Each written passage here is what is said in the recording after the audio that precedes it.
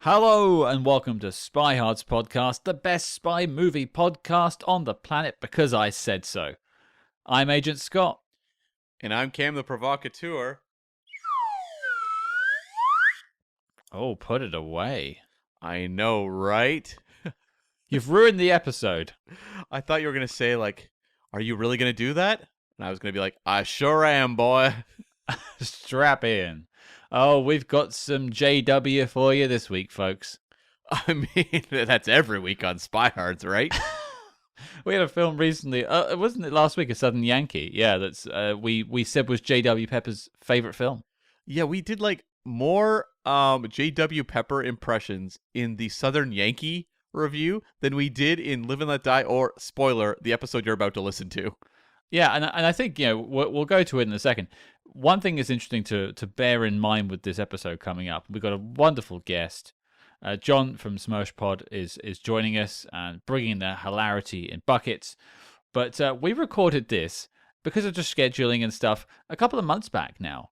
Mm-hmm. And it was literally mere days before the Amazon buyout became public. That's right.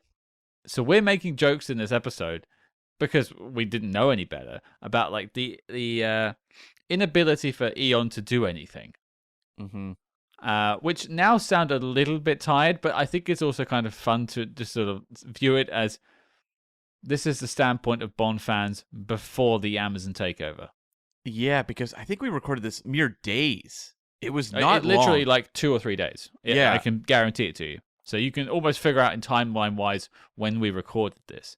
I just find it like baffling. I actually think we caused it. I have to imagine. And so, yes, in terms of the majority... That's why it hasn't come out so soon. We've been in litigation for the last 2 months, basically.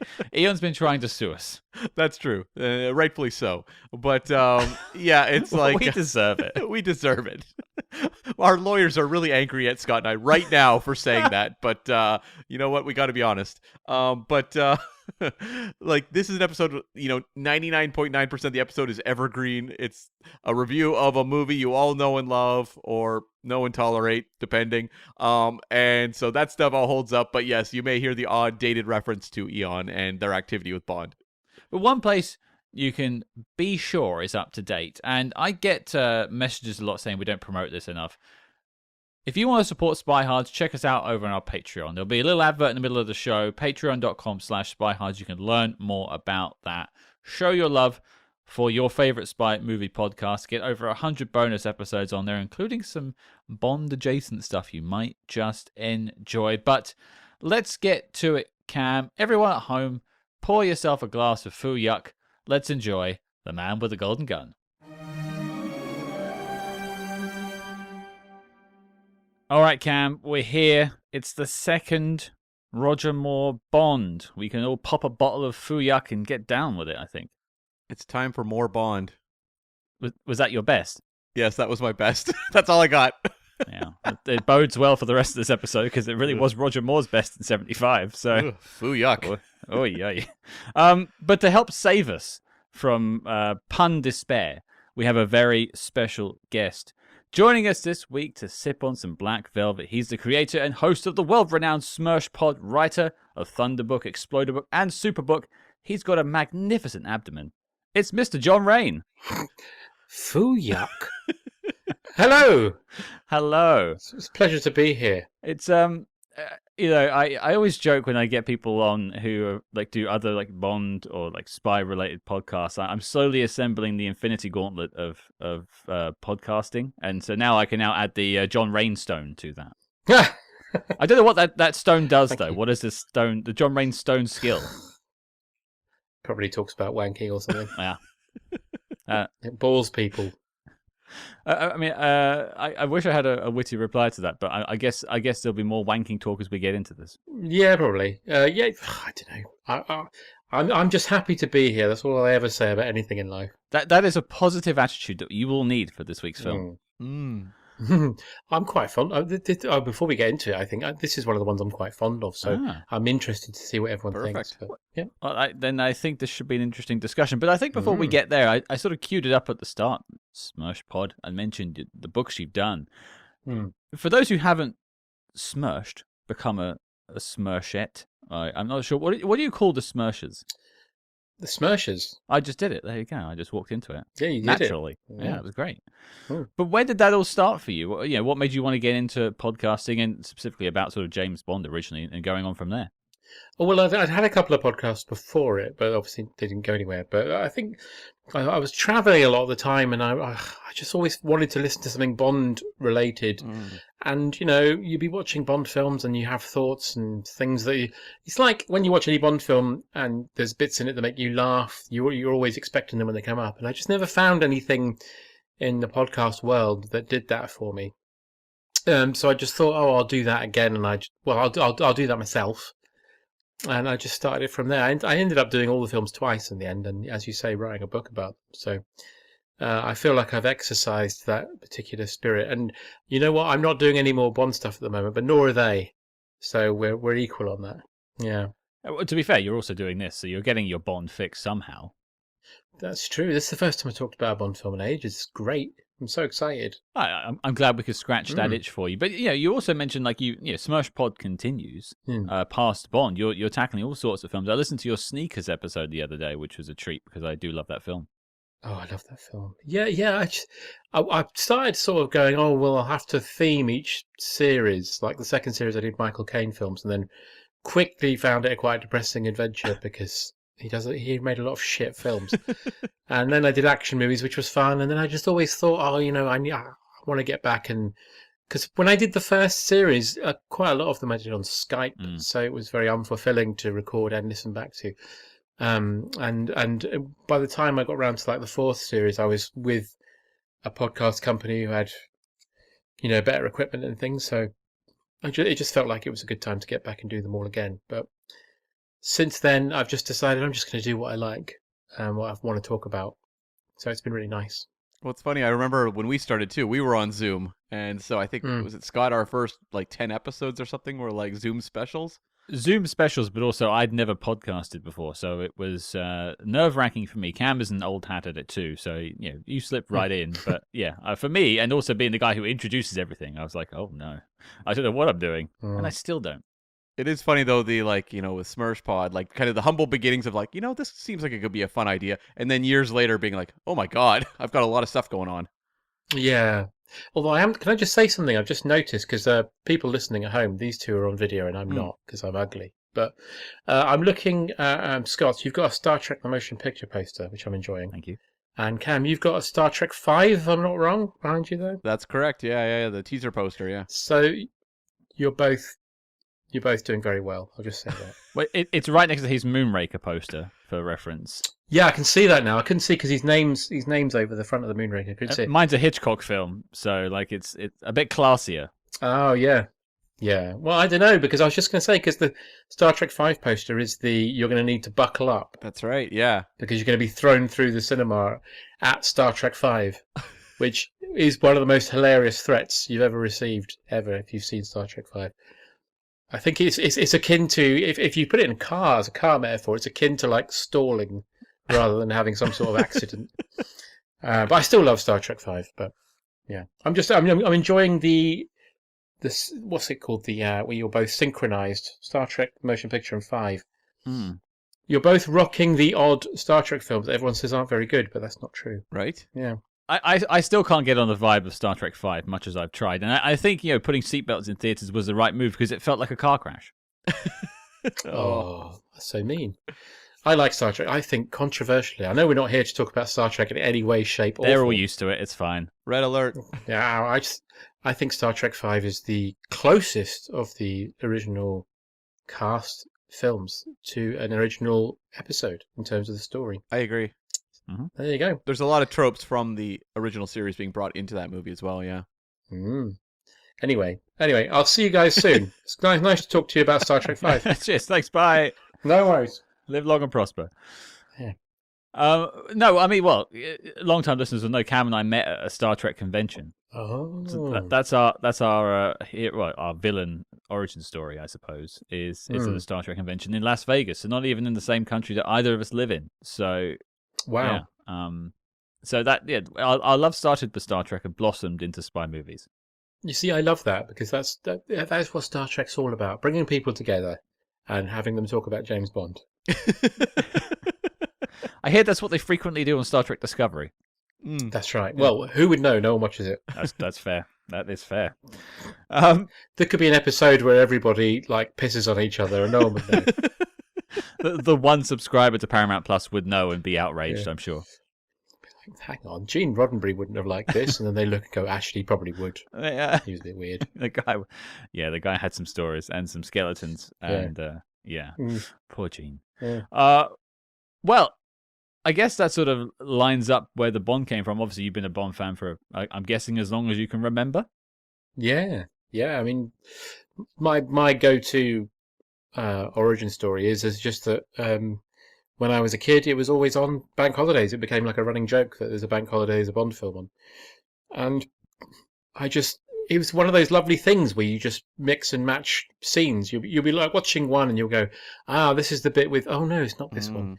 And then you soon realise it's not that I like each film, it's just I love the world of it and I love all of them. And I won't even get into where I think it's gone wrong, but I just love the simplicity, how they don't care. One film is Sean Connery, then he's George Lazenby, then he's Sean Connery again. They didn't care. It was just the world of it was just what people loved. That's what I love about it. And yeah, it's a shame that there's nothing happening in it at the moment. But I guess we've been through this before, not as long as this. I get the sense just from like what you were saying there, or maybe just briefly, were you not a big fan of the Craig era, or just not the way it ended? I was a bit. I liked Casino Royale, even though I'm still to this day insisting that there was no need to make it a reboot. Mm-hmm. Yeah, and have him earn his 00. That wouldn't have affected the plot in any way, shape, or form if he was already the Bond we already knew. Sure. I didn't. Quantum of Solace was a bit of a mess. I didn't like Skyfall very much. It just felt like someone having. I say in the book, it's like a man having a midlife crisis. It's not a Bond film. And then Spectre was trying to be Marvel. It was terrible. And then No Time to Die was fine, although I didn't see the point in the way they ended it, but I got the feeling that was more Craig wanting to do that than anybody else, seeing as Danny Boyle came and went quite quickly, and I got the impression Danny Boyle didn't want to do that. Yeah. So I didn't like the direction it went. There's some things I liked about it a lot I didn't. But then, I don't know, it's difficult because like people hate on films like Die Another Day, but at least Die Another Day feels like a Bond film. I remember, when I was younger, there would be TV stations would do Bond marathons, and they would have promo, montages they would be airing to promote the event, and you would just see like this string of images from Bond movies, and they all like blended together so well. But if you were to make one of those now and throw in some of the footage from like some of those Craig films, it would feel so jarring. Yeah, it would, 100%. And even little things like in Skyfall where he's like, oh, I've got this Aston Martin and it's got the Goldfinger button. And you're like, well, where did you get that from? Because in this universe, that doesn't exist. And then they did it in No Time to Die as well. It's like, oh, I've pointlessly got the Living Daylights car. Why? It's just, I don't know, modern culture itself at the moment is all about pointing at things and going, yeah, I was more enjoying the film, but yeah. I think that sort of comes from, like you say, modern filmmaking, Marvel films, and like wanting to be self-referential to their own history, which is, Bond has always taken things from current culture and in film and other places and blended it in, but sometimes not the right stuff, which is also maybe connected to what we talk about this week with this film. Scott, what do you think of this movie? I've got my things to like. Don't worry. This is not like a pooping parade of poop. I hope not. Which is it's a bit shit if you ask me if I did that. But I think I can definitely latch onto something you're saying because I had a similar upbringing in terms of watching it in bank holidays here, and that's my first. That's my origin story with Bond. But when I think of Bond, I think of that sort of comfort food, wrapped in a blanket, watching it, and I don't think about the Daniel Craig era in that way. No, they're different. They're like a different form of Bond in its own way, and I'm glad that they've done it. And it's been 5 films, and we're moving on. But I think the smart move now is, if we ever get another Bond film, is to go back to something akin to Pierce Brosnan or somewhere like Roger Moore, the Man with the Golden Gun. Yeah. Let's make the Man with the Golden Gun too. Yeah, let's do it. But make it TOO because it's another Man with the Golden Gun. Too many men with golden guns? Yeah, they've all got 6 nipples now because we have to up the stakes. Oh yes, and I think the teaser poster Yeah. has to be the barrel of the golden gun being caressed by a hand, Lovely. as we see a couple times in this movie. Yeah. Yeah. Yeah. And mouths. And mouths. Yeah. Lots of mouths. Right. Well, I think we've already queued it up, but I'll ask Cam the question I love to ask him. Cam, what on earth are we talking about this week? Yes, we are tackling 1974's The Man with the Golden Gun, directed by Guy Hamilton. It is the sort of the final of this sort of trilogy, the Mankiewicz trilogy, if you will, from Diamonds, for Live and Let Die to Here. Yeah, I call it the sleazy 70s trilogy. Yeah. Mm. That's... Isn't it also Harry Saltzman's last one? It is, yeah. Yes. This is... I think this was a Cubby film, though, wasn't it? I think they used to share one at a time. That's right. Yeah. Yeah. One of the reasons they fell out is because he wanted to have elephants in it wearing a particular type of shoe. Yes, that's right. So he'd Yeah. done a deal with somebody. So it was all a bit mad. I think they made those shoes and they turned up halfway through the shoot and no one knew what to do with the shoes. That's correct. Yes, yeah. that's right. Classic Harry. The thing was, there was like the tensions between Cubby and Harry, and they kind of split apart. So Cubby had primarily overseen Diamonds, and then this film, and then Harry did Live and Let Die. Well, if for some reason you've never watched The Man with the Golden Gun and you're 15 minutes into this episode, I'm not sure how you've ended up here. But if you need a reminder, here is the synopsis for The Man with the Golden Gun. The world's greatest villains tried to kill James Bond. Now it's Scaramanga's turn to try. Does that insinuate that he isn't one of the world's greatest villains? Well, I think that's about appropriate, yeah. No, now who's leaning into their review? Well, the bar is high. Yeah. Cool government operative James Bond searches for a stolen invention that can turn the sun's heat into a destructive weapon. He soon crosses paths with the menacing Francisco Scaramanga, a hitman so skilled he has a 7-figure working fee. 7 figures? Oh my God. Wow. Shocking. Can you imagine? Shocking. I would take 3 figures to do podcasting, I think, at this point. I mean, just that summary, it sounds very Dr. Evil, where they were like, that's a ton of money. 7 figures. Bum, bum, bum. Yeah. Bond then joins forces with the swimsuit-clad Mary Goodnight, and together they track Scaramanga to a Thai tropical island hideout where the killer for hire lures the slick spy into a deadly maze for a final duel. Is Mary Goodnight defined as a character who's wearing swimwear? She pretty much... That is her character, though, isn't it? Well, I mean, she's wearing the bikini at the end of the movie, but I wouldn't say she's running around in swimwear the rest of the film. Ah, but she was method. She was wearing it underneath her clothes all the time. Oh, okay, yeah. Ended up with a bit of a rash, I hear, but that's a different story.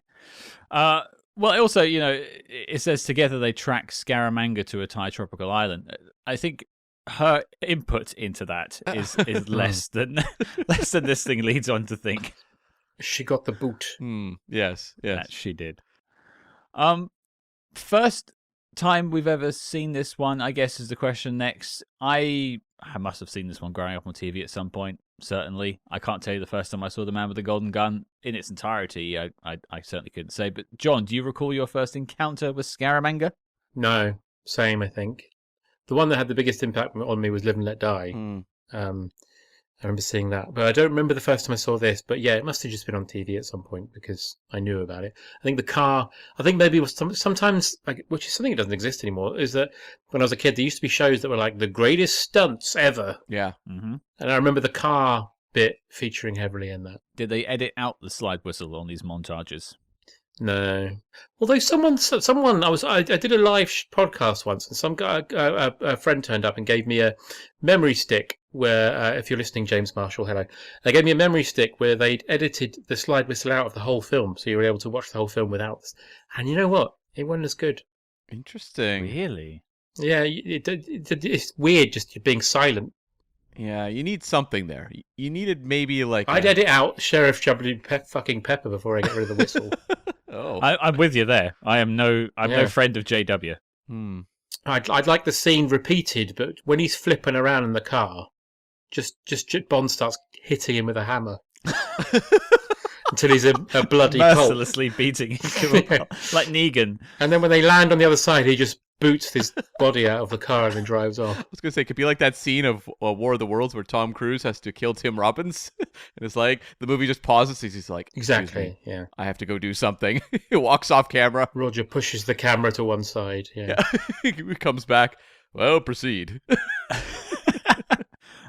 Cam, can you recall your first encounter with the Golden Gun? Yeah, kind of. I remember we had watched a couple of the other Roger Moore films because we started with Moore, and so we watched View to a Kill was the first one, but we watched Octopussy and Moonraker, and I think The Spy Who Loved Me, and so there was an appetite to watch whatever other Roger Moore Bond films there were, and I seem to have vague memories of my dad saying, "This one isn't very good, but I'll rent it for you anyways." And we sat and watched it. And at the time, I recall not being into it for reasons that would be, I think, best summarized by like a 10-year-old or 11-year-old, which is like the other movies had scenes with like sharks and, alligators and cool things like that and villains with big deaths. And this was like two guys wandering around in an amusement park. And it just didn't have the kind of very superficial charms that like a 10-year-old was looking for. Yeah, it actually makes me wonder how this one played to kids at the time. If that was, I know we'll talk about the box office in a minute, but it's quite adult comparatively to some of other Roger Moore's films. Yeah, and it's not as funny as, say, Octopussy or Live and Let Die. Well, he's being a bit shorn in this film, isn't he? Yeah. There's one scene in particular where he's very shorn. Yes, one in particular, for sure. One. Where he hits a lady. Yep. Wow, and puts her in an armbar, which is yeah. And I know Roger was not a big fan of doing that. He's gone on record many times to say that, but it felt like they, and we'll get to The Spy Who Loved Me next, but it does feel like they weren't really writing to Roger at this point. No. Well, then I guess the next thing to do is to chart the course of The Man with the Golden Gun. How do we go from Live and Let Die to here, Cam? Okay, well, yeah, United Artists and MGM wanted another Bond film after Live and Let Die pronto. Like, get one out now. And so it was a really high-pressure production. And so the producers jumped over to Man with the Golden Gun, the novel, which Ian Fleming published in 1965, after his death, actually. It was released posthumously. And the book Man with the Golden Gun had actually been originally intended to be the follow-up to You Only Live Twice, and was going to be filmed in Cambodia, but that was pushed aside because of the ongoing complications of the Vietnam War. And so we bring back Guy Hamilton. He did Live and Let Die. He did Diamonds Are Forever, so they're continuing that streak of Guy Hamilton. You mentioned the Mankiewicz trilogy. It's also kind of the Guy Hamilton trilogy in the 70s as well. But he's back. And the initial treatment for this film is by Tom Mankiewicz. And we talked about him with Live and Let Die. He's the nephew of the Citizen Kane co-writer Herman Mankiewicz, and the son of acclaimed writer-director Joseph L. Mankiewicz, who was a big name in film in the 1950s and 60s. And Mankiewicz, he'd done Diamonds Are Forever. He had done Live and Let Die. And so it made sense for him to jump onto Man with Golden Gun, but I don't know if his heart was as into this one. And the original treatment for this was somewhat different. You had the character Mary Goodnight was brought in, so he was introducing that character. Scaramanga's mistress was named Ursula. There was a little person villain who he called Demi-Tasse. You had Good Fat, who was in the film, who was a Chinese businessman, but you also had Good Fat's brother, Bad Fat, who was a movie producer who made kung fu films. So that's sort of like hinting, I guess, early. That stuff's obviously going to change in the finished product, and Good Fat and Bad Fat is, well, that's something. But the fact that he was the bad Fat character worked in movies is sort of a hint at the movie's influences, which were very much things like Enter the Dragon, Five Fingers of Death, and the TV show Kung Fu, which was very popular. I'm glad we moved away from Good Fat and Bad Fat. I mean, as far as on the nose goes, that's a big nose.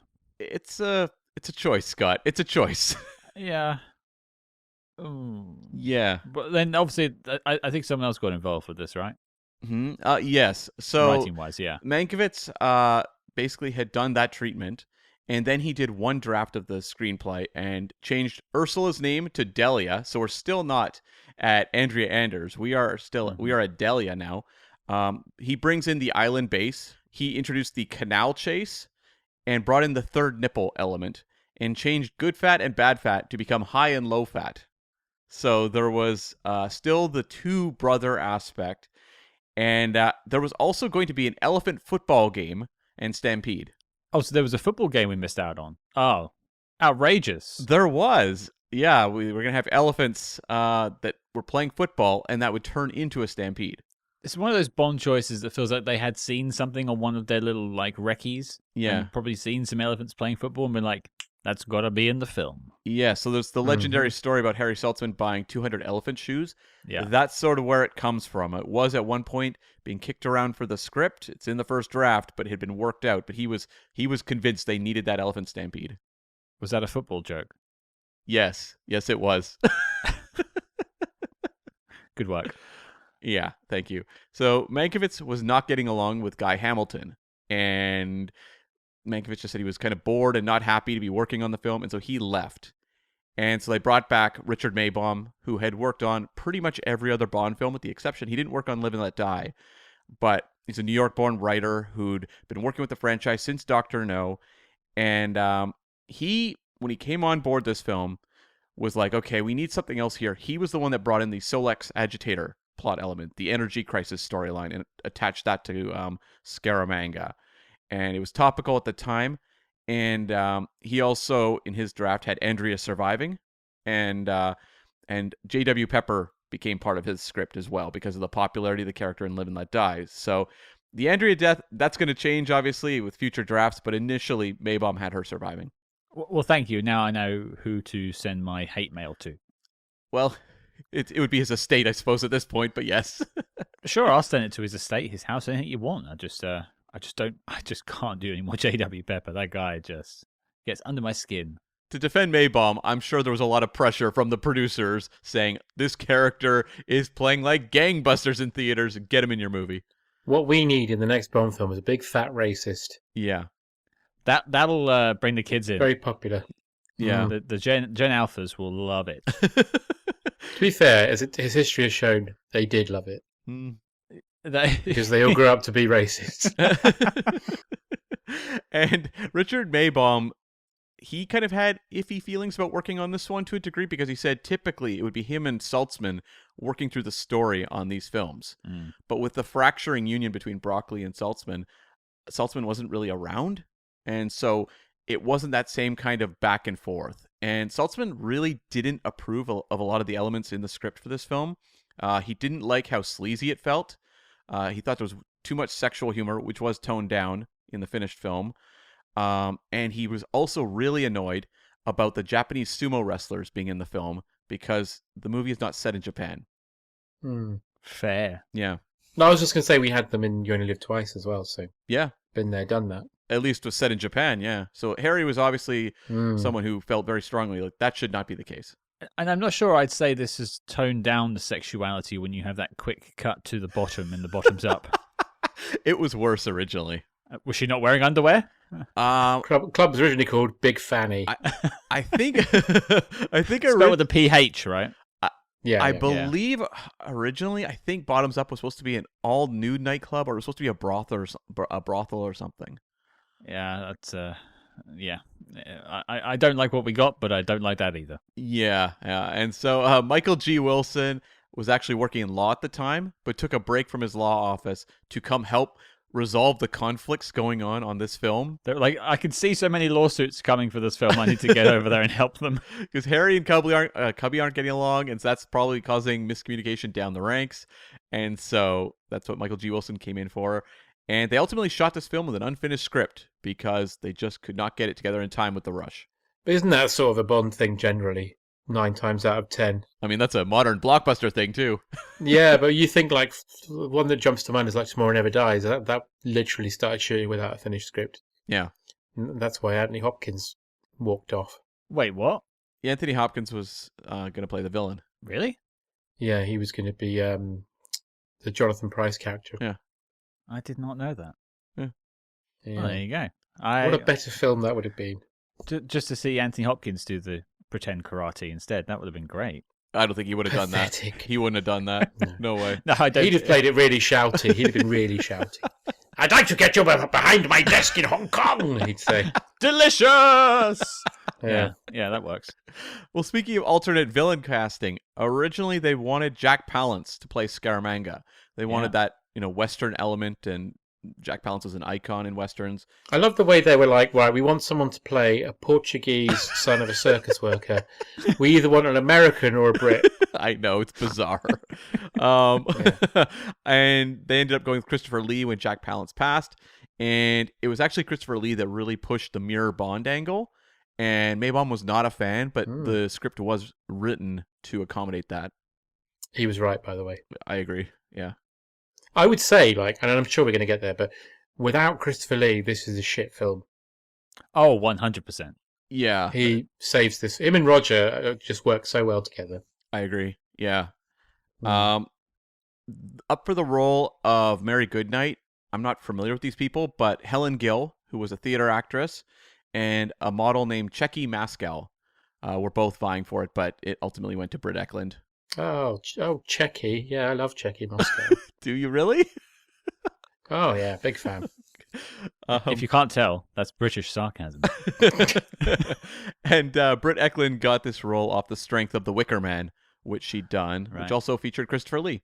Yeah, and also they said to her, we need you to play a part where you have to be around a complete psychopath for 24 hours a day. And she said, I was briefly married to Peter Sellers, and they were like, well, you're more than qualified, so welcome aboard. This was a vacation.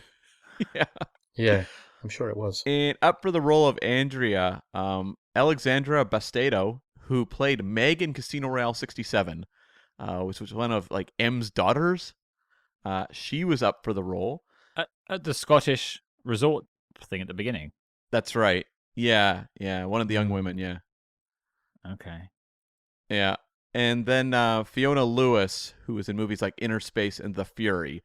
But ultimately, Maud Adams gets the role. And the beginning of the Maud Adams trilogy. That's right. Unravels. Or duology, depending on what version of history you read. Exactly, yes. Yeah. Yes. Dark alternate timelines. They also were scouting Iran as a location for the film. And they just ended up walking away because it was too hot. They went there, they toured it, they found some locations they really liked, but they just thought it would be intolerable for the crew to be shooting in that heat that time of year. And so there was also some security issues, and that was that. Yeah, I was going to say, they didn't learn the lesson. They went to Egypt 2 years later, and everybody got the shits. Yeah, exactly. Yeah. And it's too bad because they were going to shoot in a place called Bam, which was sort of a lost city. And in the time since that movie, earthquakes have hit that area and completely demolished it. It doesn't exist anymore. So they would have actually had on film, a city that is now no longer in existence.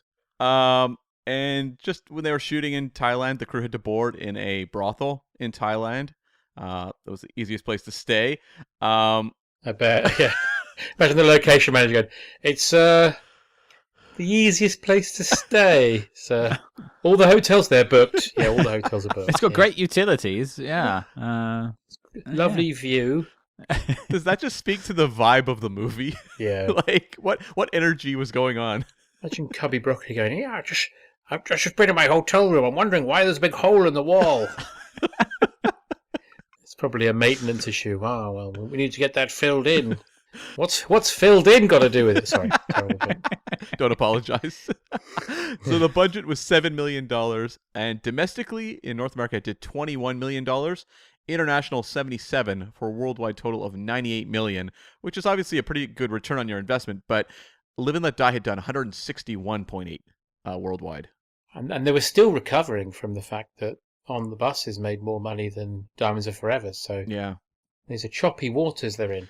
It is, and I just wonder if it's too close. Like when you have two movies come out that closely back to back, maybe that took away the money. I don't know. No, because the 60s was basically, there were bonds sitting on top of bonds. 67, there's 2 in 1 year, and they all made money. You're right, yeah. And also in 83, both Bond movies did well. Yeah, no. I lie awake dreaming of 2 Bond films being so close together. Well. Not like that. Now we're hoping for 2 in a decade. Yeah, I don't mean like a gangbang. I mean like, Oh, wow. wouldn't it be nice if they started making Bond films again and that they made them close to one another rather than being 10 years while someone goes off and does a load of old shit? I don't. It's interesting because this one's not due out for like a time of recording versus due out. It's got a little bit of time, and I like in another universe. I'd be like, oh, maybe in the space of a few months something might have happened, but I just know there will be no news. So this is still current. Yeah. In 2 months' time. I think that's a safe bet, Scott. The top 3 for the year. Number 1 was Blazing Saddles.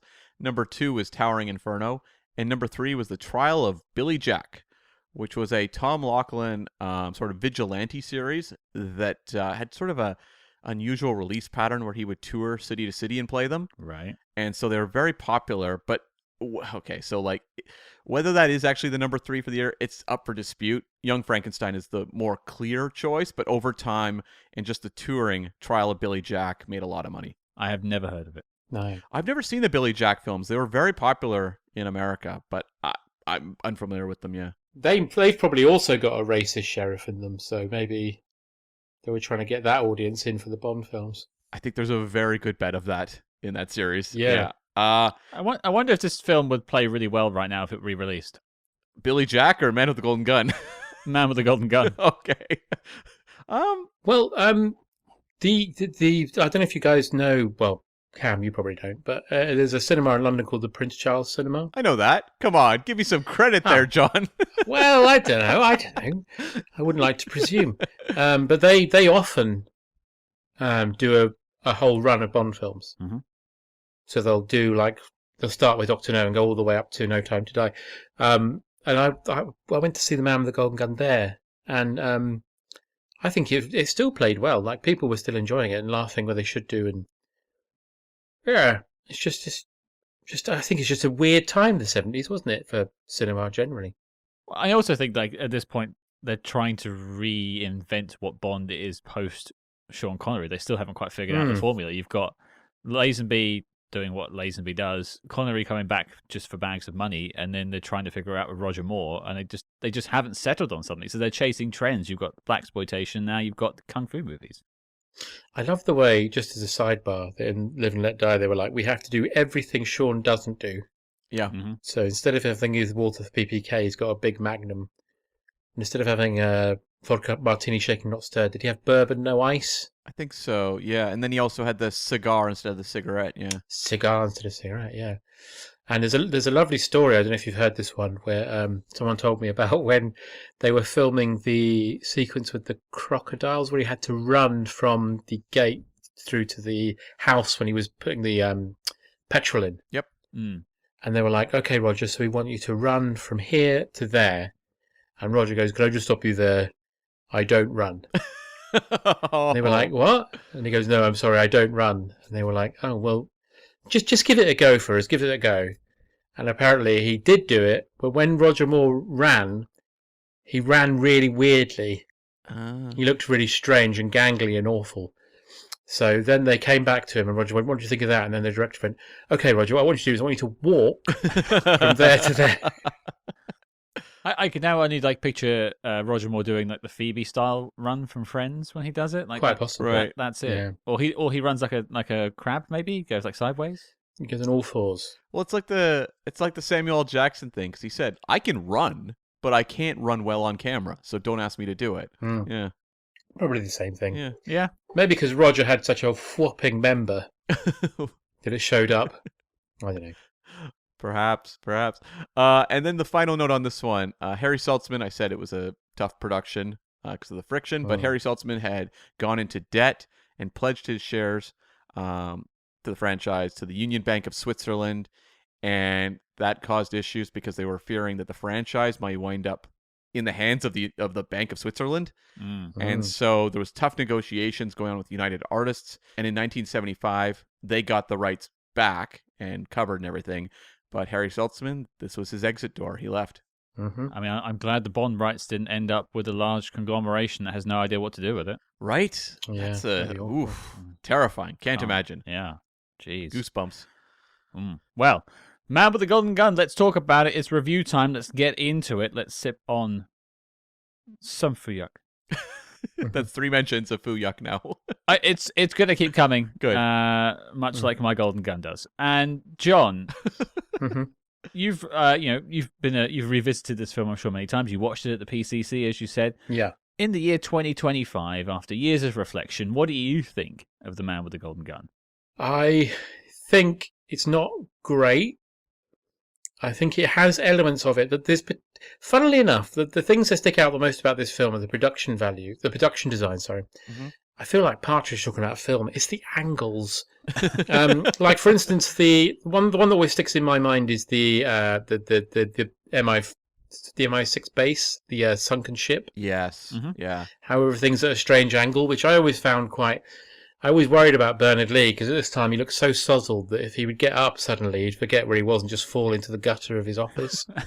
Because everything's sort of skew with. He's so angry in this film too that, like, yeah, who knows what was going on in that guy's head? You don't want him falling over either. It's got some of my favourite dialogue. It's got the, who would pay $1 million to have me killed?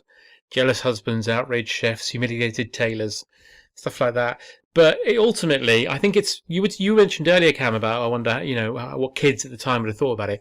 I think there's a massive lull in this in the middle, and Bond films often do have a little sag, but they often climb up the other end of the valley quite well. But as you say, the ending's quite a bit of a damp squib, and yeah, but it's got lovely elements, and Roger's great. And Christopher Lee is just incredible, as he always was. And there's a lovely film called Deathline. I don't know if you guys have seen that. No. It's like a British horror film from the 70s about a cannibal on the underground. Okay. Christopher Lee is in it for about 3 or 4 minutes, but he's the best thing in the film apart from Donald Pleasance as the policeman. But anyway, what I'm trying to say is that Christopher Lee was able to grab films that have that have slumped, and just his very presence makes them much better. And I think, like I said earlier, him being in this film makes it a lot better than it should have been. Like, if he was the baddie in Quantum of Solace, people wouldn't hate it as much, because you'd be like, oh, okay, that's rubbish, but Christopher Lee will be back on in a minute. And I think him with Knick Knack works strangely as well. Mm-hmm.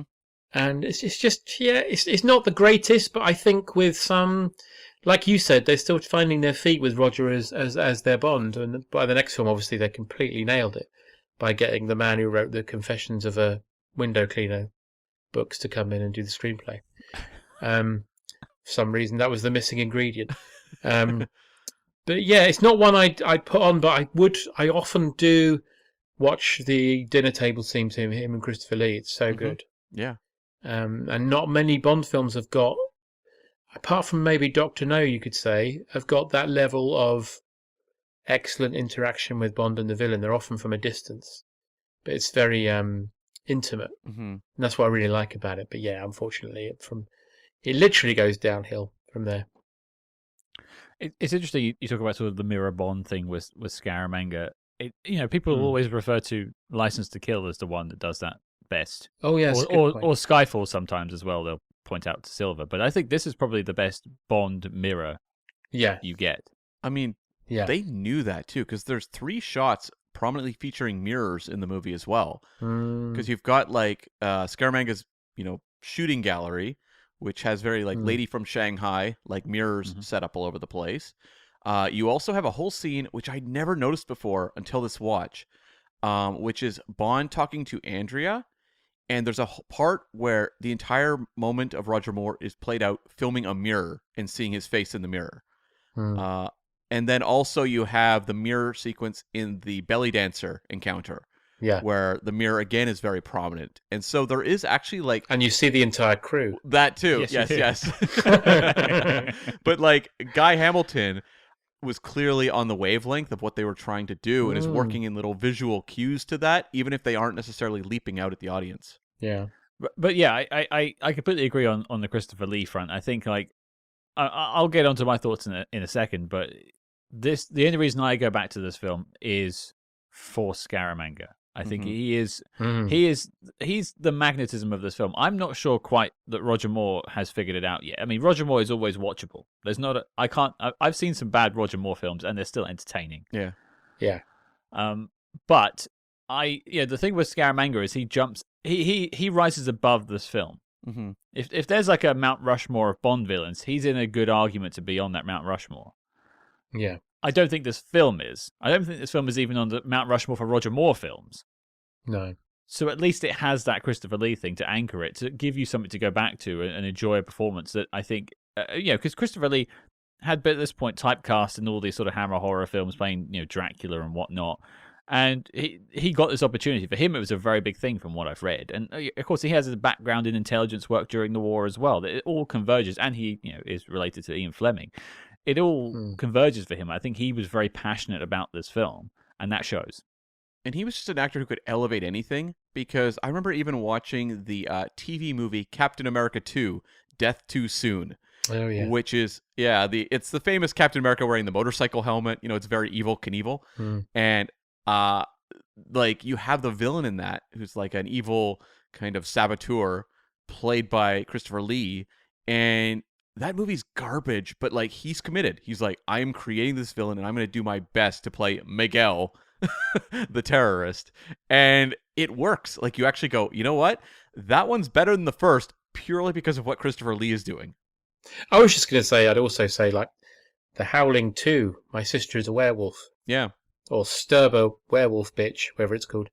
He and that, it's a really shit film, but every time he's in it, it's, oh, okay, this is really good. Yeah. What he's doing, even though it's very strange. That is a bizarre movie. That's Sybil Danning, I think, right? That's right, yeah. Yeah, where they just, that's a bizarre movie where Sybil Danning, who was kind of like a sex symbol actress of the time, has a topless scene in the movie, and they just played it on a loop through the credits at the end of the film. That's right.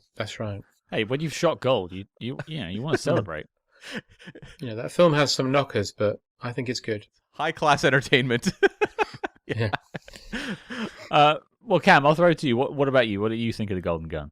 So, it's interesting watching the Moores in order and actually like analyzing them, because it's like when we did the Connerys, the same thing where you can see the evolution more so. And I think The Man with the Golden Gun is actually pulling back on what was working in Live and Let Die. And if you watch that film, the two of them are structurally somewhat similar. You've got the chases, you've got, the whole way Nick Nack shows up at the end of the movie is very like Teehee at the end of Live and Let Die. Like, there's a lot in common between the two movies. Probably the Mankiewicz factor is a part of that as well. But that movie, I feel like, knew what it wanted to be. And it knew what it needed Roger Moore to be as well. And he has a real lightness of touch. He's very funny throughout Live and Let Die. He's convincing in the action. He's suave when he needs to be. And the movie just seems like kind of built around launching a new Bond.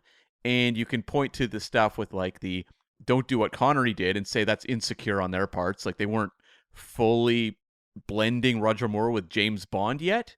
But I think that movie holds together just on a tonal level better than this movie does, where I really think people involved were all kind of like arguing over what this movie should be.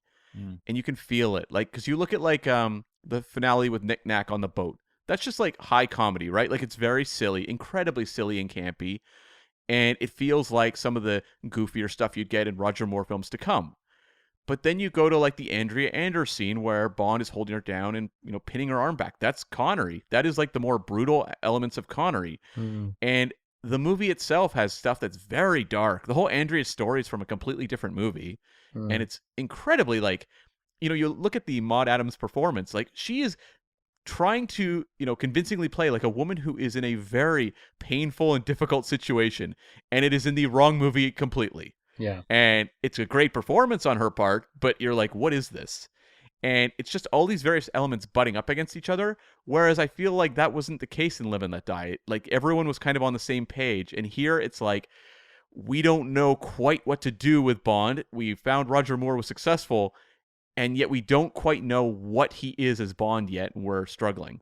It's interesting you mentioned the Maud Adams of it all. I noted down when I was watching this that I think she would have been a lot better in, well, she's great in Octopussy, but I think she would have been a lot better in License to Kill Yeah. as the Talisa Soto character. Sorry, Talisa, you did your best, but I think that her performance here would have fit that film a lot better. Yeah, totally. Yeah, and it was interesting. I've been watching them with my girlfriend Sue, and that was her introduction. We talked about in the Live and Let Die episode. That was her first ever Bond movie, and so then like a week later, we watched The Man with the Golden Gun. She didn't care for this one anywhere near as much as Live and Let Die. She didn't think it was as fun. And the one thing she really pointed out, which I never really thought about, and I call this the Sue review, is that I love it. I love it. yeah, is that she said, why were Bond and Scaramanga just kind of following each other around the whole movie without, like, she was basically saying there was no tension to it. It was just kind of two guys circling each other, but it felt very lackadaisical. And it was something that I could kind of like watch the movie through her eyes and go, yeah, it doesn't have necessarily the momentum, that sense of like, the mousetrap kind of thing of like Bond being lured towards something. Jumping off of that, I think it also, the premise is that there's a bullet with his number on it, like, Yeah. Scaramanga's coming after him, but I don't ever at any point feel that Scaramanga has his number.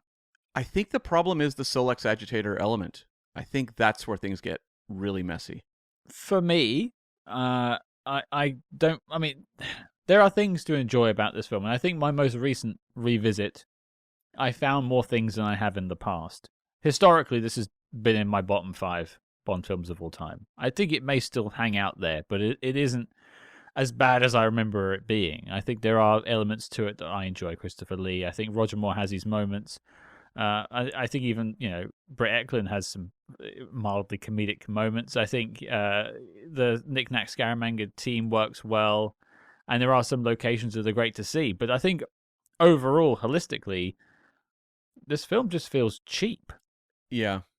I like it. It looks bad comparatively to its neighbors, Live and Let Die or The Spy Who Loved Me. It felt like the filmmaking was muddy. It felt like it was almost like a carry-on film featuring Bond, and I mean those films are also, the carry-on films are also quite fun and they have their moments. Carry On Spying is a favorite of mine, but I just can't help feeling that this is the antithesis of what they should have been doing with Roger Moore at this point. They don't know what they want from him. It's muddled and it looks bad, and I don't think this is. I don't think this is the entertainment that they needed to sort of sell Roger Moore as the new Bond. Now, fortunately, history proved that he went on to be one of the greatest of all time, thanks to The Spy Who Loved Me. But this is such a misstep. It is like, it's like following up, I don't know, Doctor No with Never Say Never Again. Right. I film I enjoy in some ways, but it feels a lot cheaper than its predecessor. And the Bonds were always kind of like your big, kind of classy blockbusters. Like, these movies are expensive. You are coming to see incredible things on the big screen. And that's the case with all the Connerys. The first Lazenby, well, the only Lazenby film, On Her Majesty's, is like a huge big screen film. This one does feel small in comparison. I'm not really sure why. It wasn't a budget issue. It's just like, maybe it is the perfect close to the sleazy 70s, where it's like movies in the 70s, a lot of them got that kind of grungier vibe. You see like the Smokey and the Bandit success and a lot of the movies that follow in the wake of that. These do not feel like big budget films necessarily. And maybe it's appropriate that that's how we have, the end of the sleazy 70s trilogy kind of feels that way. I think this one also feels slightly sort of claustrophobic in a strange way, in that Bond doesn't really go. He goes to places, but when he arrives there, it's always in a kind of, there's a small environment that he's got to play with. Even at the end, in the fun house, he's in a small environment. They even go to the sumo match, and everything's taking place in those 4 seats that are next to one another, and nothing feels as expansive as it's been previously. Obviously, in the next film, you've got this huge thing to play with. Or even the previous film with like a lot of those New York locations. Mm. Yeah, it's a good point though. Just compare the sort of the Muay Thai, I think it's always a kickboxing match in this one versus the sumo match in You Only Live Twice. Mm. The Connery film just feels grander somehow. Yeah. It doesn't have the sauce, as the kids say these days. The Tabasco. But the Tabasco, exactly. The little packet of knickknacks. It's just which is weird when you think about the grandiose nature of the island. That beautiful scenery at the end, but even that manages to become inverted on itself and be quite claustrophobic. When it becomes all set based immediately after they get off the beach. Yeah, it's just as a film in general, it feels like Live and Let Die is this big sweeping thing. Even the soundtrack is, it's breathless. This one, Barry's back, and it hasn't got his best work, I would say. Mm-hmm. The theme itself, I really don't like it. I know a lot of people do, but it just feels like a bit of a misfire. Well, but I think that kind of sums up the film in general. Yeah, and just speaking to the island, because the point dropped to my mind before was, it's funny that like it looks beautiful, and I know it's become like a tourist destination thanks to this film. I think a friend of the show, Calvin Dyson, recently visited it himself. Yes. Yeah. But to me, it always looked like Tracy Island. Yeah, because as soon as anything happens, you can see it's a miniature. Yeah, exactly that. A model shot. So they might as well just use the model shot. But yeah, it's just a missed opportunity. But Christopher Lee is just a titan, and can't get around that. He's just magnetic every time he's on screen, and him and Roger just work so well together. Yeah, it's the salvation of this film. Without him, it would be very, very forgettable. Yeah, it's one of those Bond movies though that's like it's a total mixed bag movie for me. It's not a terrible movie because I think like most Bond movies, even the lower tier ones, have things to offer, and this movie has things to offer. It's just like when you're comparing it against the movies on either side of it and the best of the Roger Moore films, it feels like it's struggling in a way that Bond films shouldn't feel like they're struggling. They should feel confident, I think. Yeah. And this one feels like it's kind of feeling itself around, trying to figure out what is a Bond movie in the 1970s. Yeah. Yeah. Well, let's get to celebratory mode. Let's talk about the things that we did like about this film. I think Christopher Lee seems to be our reigning champion of everyone pointing to it and thinking it's the best bit. So maybe we'll leave Christopher Lee to one side. John, I'll push you for something else. What is something else you like about The Man with the Golden Gun? Oh, the car stunt. It's fucking amazing. Yeah. And the work that went on behind it, like getting a NASA technician with a computer to figure it out. It's just beautiful. I love the car stunt. Yeah, and I mean, the slide whistle element is polarizing at best, but it's distinctive. It is definitely distinctive. It is. I don't mind it. I don't mind it at all. But it's such a beautiful stunt that I wish, sorry to go back and hit Daniel Craig with the stick again, but none of his films had anything like that, close to that. No. And even this, as a low-tier Bond film, has got a world-class stunt in it. It also has, I think, the funniest J.W. Pepper moment in the history of the franchise, which is having him in the shotgun seat, and when they do the jump, he's in the back seat. That visual gag actually makes me laugh. Yeah. Because of all the characters who would wind up being thrown in the backseat, he's perfect. It's like understanding how to use that character in a small little way that is not just hurling offensive racial comments at people. Well, it's also quite beautiful because you got that. I mean, for me, not a big fan of the slide whistle, but it's immediately followed up by JW's like, ah! As he falls backwards into the back of the car. So like it makes up for it. But it's also got the great line of J.W. Pepper saying, "You're not gonna," and Roger going, "I sure am, boy," which I always enjoy. Yeah. Despite myself. Does that justify J.W. Pepper being here? No. No, it's not enough, huh? I wish he wasn't in this film. There's no need for it. It's a stunt they pull now. Yeah. So it's surprising that it's in this film back then. Here's a question. We were talking about this with the boat chase in Live and Let Die, and that the movie kind of feels like it's losing energy at that point, and it's Roger Moore by himself on a boat, or his stuntman, either one.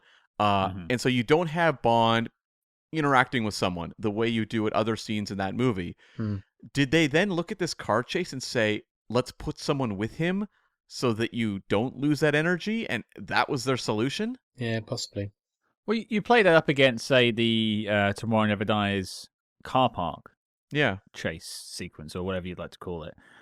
That's Pierce Brosnan by himself, and it's basically carried on him smiling at a Sony Ericsson.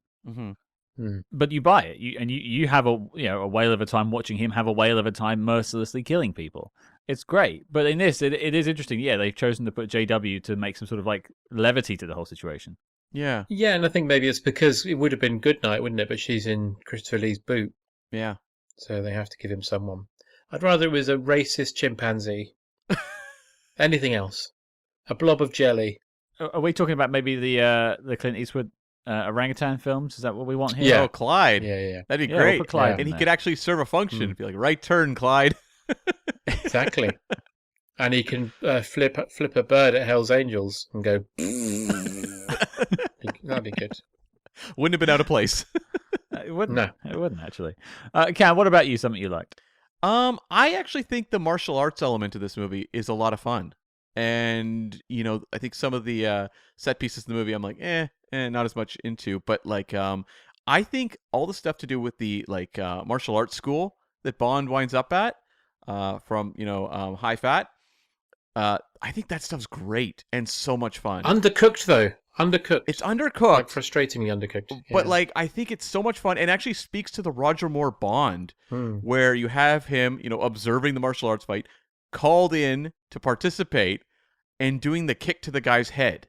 Mm-hmm. And I'm like, that's perfect. And that moment actually reminded me a little bit of Raiders of the Lost Ark. Yeah, it's exactly that. Yeah. With the Bond shooting the swordsman moment. And I'm like, Bond did it before Indiana Jones did. And I actually think that it's a really fantastic moment for the character. And this is a movie that I think is struggling with Roger Moore's character, but like that works. And also the scene where he's holding the arms dealer or the bullet maker at gunpoint and saying wonderful. that, speak now or forever hold your peace. Like, I think that is getting Roger Moore, like kind of the humor, but also what Moore can do really well. And so the martial arts fight, the way it turns into the fight with Brian Hip and his like his nieces, I think is hilarious. Yeah. And it's like a fun little moment of the audience kind of being thrown where, Bond steps forward to protect the two girls and then they leap forward and start taking down all the guys. I think that is actually kind of wacky 70s Bond comedy done well, where it's actually fun. And frankly, when they drive away laughing and leave Bond behind, that got a huge laugh out of me, and it got a big laugh out of my girlfriend Sue too. Can I also add the I've lost my charm joke? I love that. Oh, that's great too. Yeah. Not from rhyme standing, darling. Yeah. It's wonderful. I in terms of the martial arts sequence, I think I agree with John with it being sort of undercooked a little bit, but I do get the like of the subversion that Roger Moore or Bond would probably do, like not bowing, just kicking the guy in the noggin. That does feel kind of Bond in its own way, and also kind of part of the Roger Moore shtick of being slightly comedic. Yeah. I feel like with a better director maybe, or a better action director, because he literally kicks him in the head, then runs and jumps through a wall. Yeah. Like, maybe give it a moment to breathe. Well, just take in what's just happened. If they were to make that sequence in a movie now, like they would have really well done martial arts choreography, but that just they didn't even really know how to do that in the 1970s. Obviously they do it in Bruce Lee films, but when it comes to like, Guy Hamilton and his team working on martial arts sequences, that's not necessarily a craft they know yet. No, I just mean the element of him kicking him in the head and ending the fight. Just give it a moment to breathe before he then runs and leaps into the river or whatever he does. I can't remember now. Fair, yeah. I think we're sort of picking on our likes as sort of moments, it seems, instead of like more larger scale things. I would just like to say that I think the Bond girls in this are pretty good. I think Britt and Moore do a good job of what they're given. I think the film around them doesn't really stand up to scrutiny, but Maud Adams is brought in to be this sort of kept-in wife who's being used. And you look at that scene where Scaramanga's basically wiping his golden penis around her body. Yeah, and it is like she looks genuinely uncomfortable, and she is selling that scene. And fair play to her. And Britt is being hired to be the Rosie Carver of the film, and she does it successfully. I'd say, like she's played up to be a complete airhead, and she does it well. Yeah, I can't get on board the Merry Goodnight Love at all.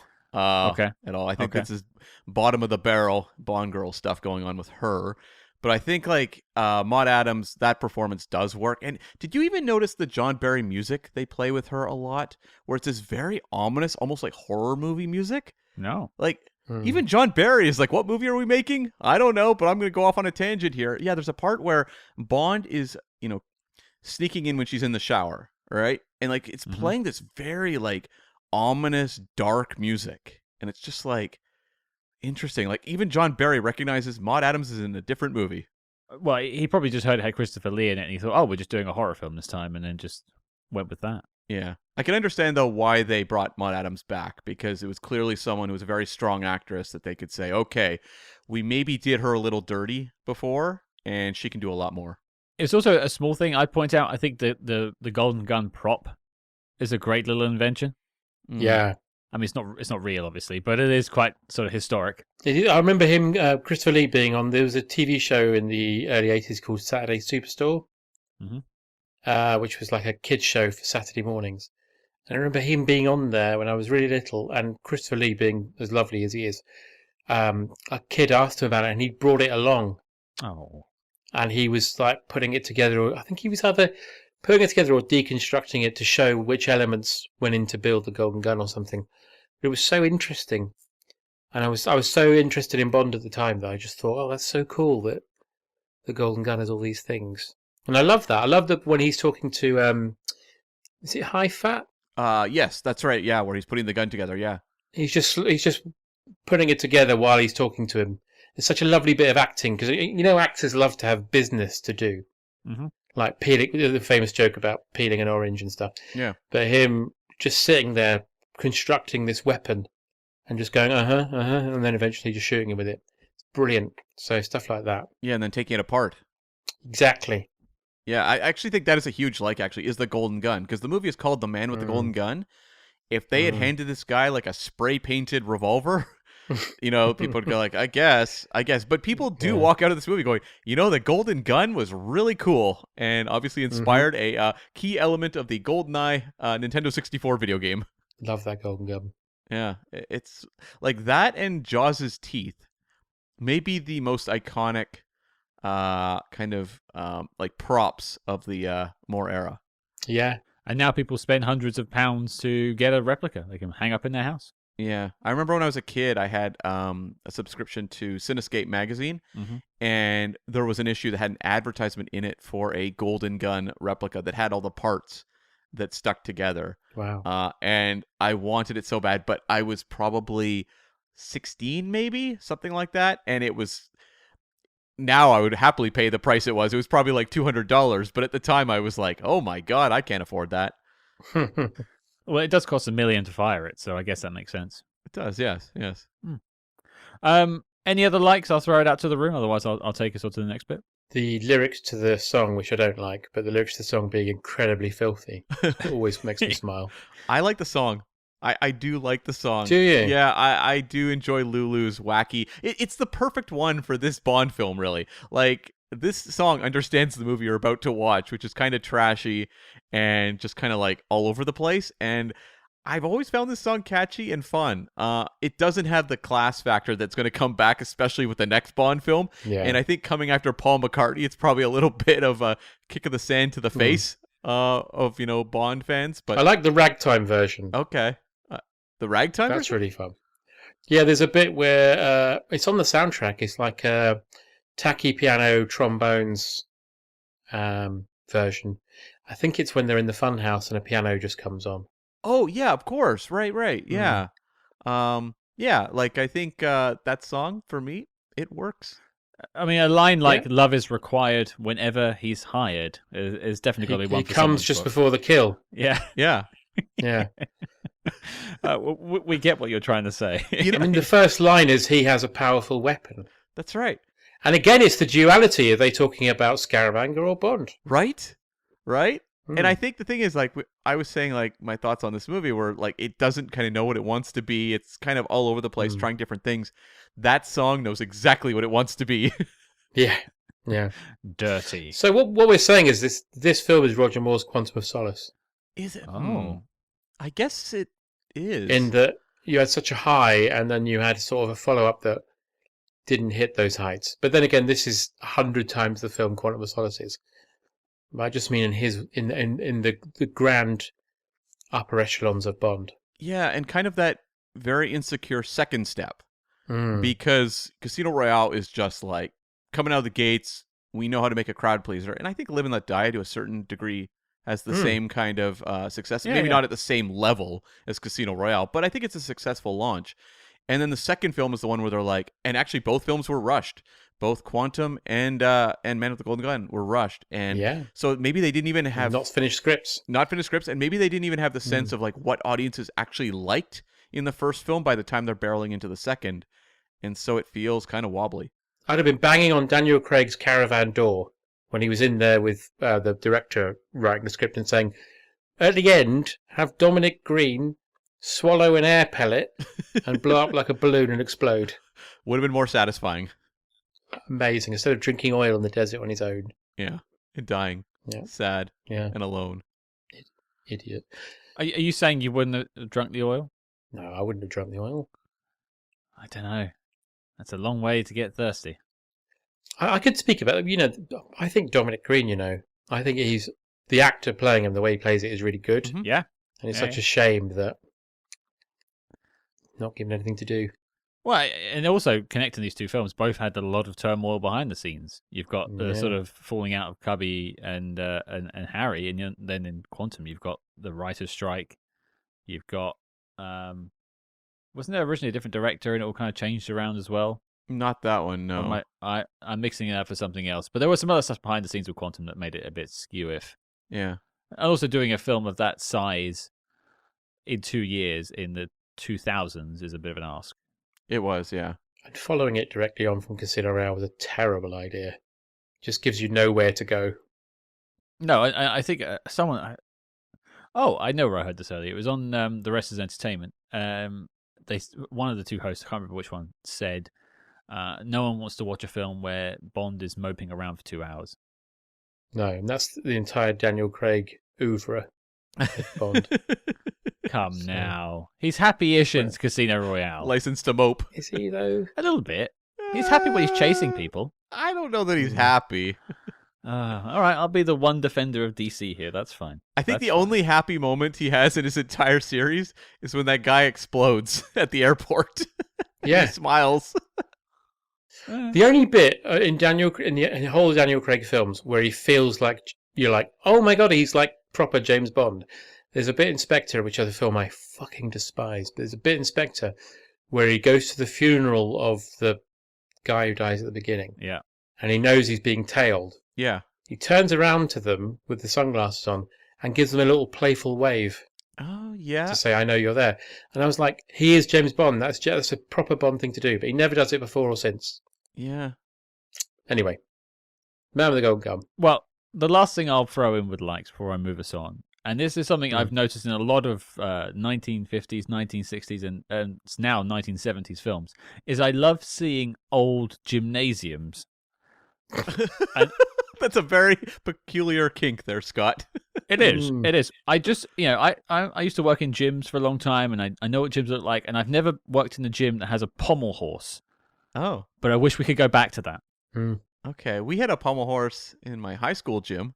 It's not the same thing. I mean, like a professional gym, you know what I mean? You're not going to do, like, your supersets and then go do, like, some Olympic pommel horse training. Like, it just doesn't happen anymore. It's a real shame. I think we should go back to it. They got rid of them because they used to send them to other gyms, but there used to be guys hiding in it who would come out at night and smash everything up. We interrupt this program to bring you a special report. Agents, we don't expect you to talk. We expect you to buy a subscription to our Patreon. Yee. That's right. Over on the SpyHards Patreon, we're covering all your favorite spy TV shows, as well as popular films from the most iconic secret agent actors of all time. Cam, why don't you share some intel on our latest assignment? Scott, do you know what time it is? It's time to catch up on our April offerings over on the Patreon. That's right. We had reviews of The Jungle Book and Wallace and Gromit, Curse of the Were-Rabbit as part of our animated April celebration. Plus, we did an Andor Season 1 look back in preparation for Season 2. People, head on over. It's where the excitement is. So deactivate Ghost Protocol and visit patreon.com/spyhards to truly do things angel style. But before we close Channel D, on with the Spy Jinx.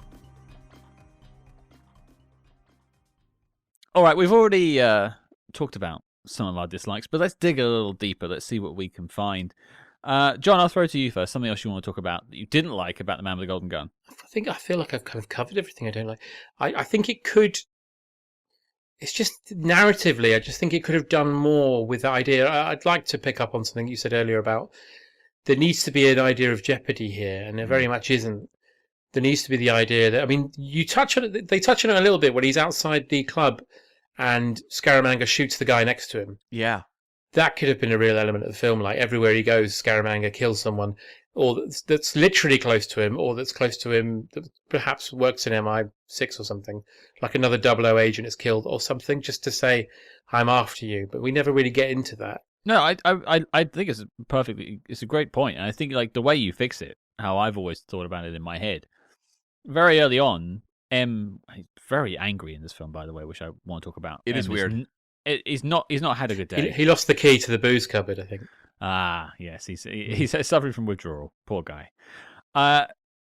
He says, I'm suspending you or whatever. Go take a holiday. Get out of sight. Disappear because this guy's coming after you. And then Bond's like, oh, but maybe you can go and find him. Blah blah blah. I think they should have gone with the whole he has to go into hiding. And then Scaramanga finds him and pulls him into the story because he's trying to kill him. And so Bond is on the run. And it's just a better way of getting into the story. I also was wondering, too, from Russia with Love, the book, you have the first half where it's the villains laying out this plot, this trap they're going to put Bond in. And they didn't really go that route in the movie. That's not really the sense, right? And that's fine. The movie's great.